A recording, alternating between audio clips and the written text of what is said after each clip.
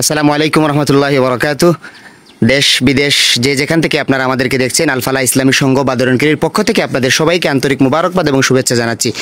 জুম্মা পরবর্তী সময়ে আমরা আমাদের এলাকার নওজোয়ান মুরব্বিয়ান ছোট বড় সবাই মিলে আমরা এখানে অবস্থান করছি।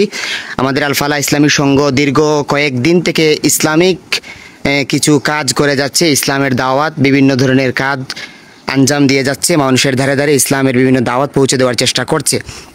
আমাদের সংগঠনের একজন সদস্য সৌদি আরব প্রবাসী জনাব মৌলানা নজমুদ্দিন সাহেবের অর্থায়নে আমরা আরেকটি ইসলামী কাজ, দাওয়াতি কাজ করতে সক্ষম হয়েছি।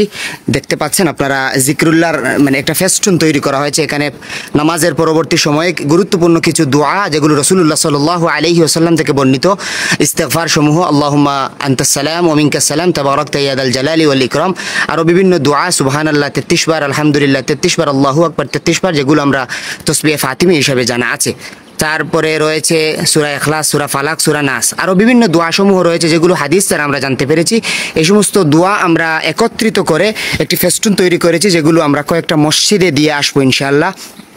মানুষ পড়বে, জানবে, আমল করবে, সওয়াবের নিয়তে আমরা এগুলো করেছি। আপনারা সবাই আমাদের জন্য দোয়া করবেন, যাতে করে আগামীতেও আমাদের এই সংগঠন আরও ভালো ভালো কিছু কাজ করতে পারে। সকলকে ধন্যবাদ জানিয়ে আমরা আজকের মতো বিদায় নিচ্ছি। আসসালামু আলাইকুম রহমতুল্লাহি ওয়া বারাকাতুহু।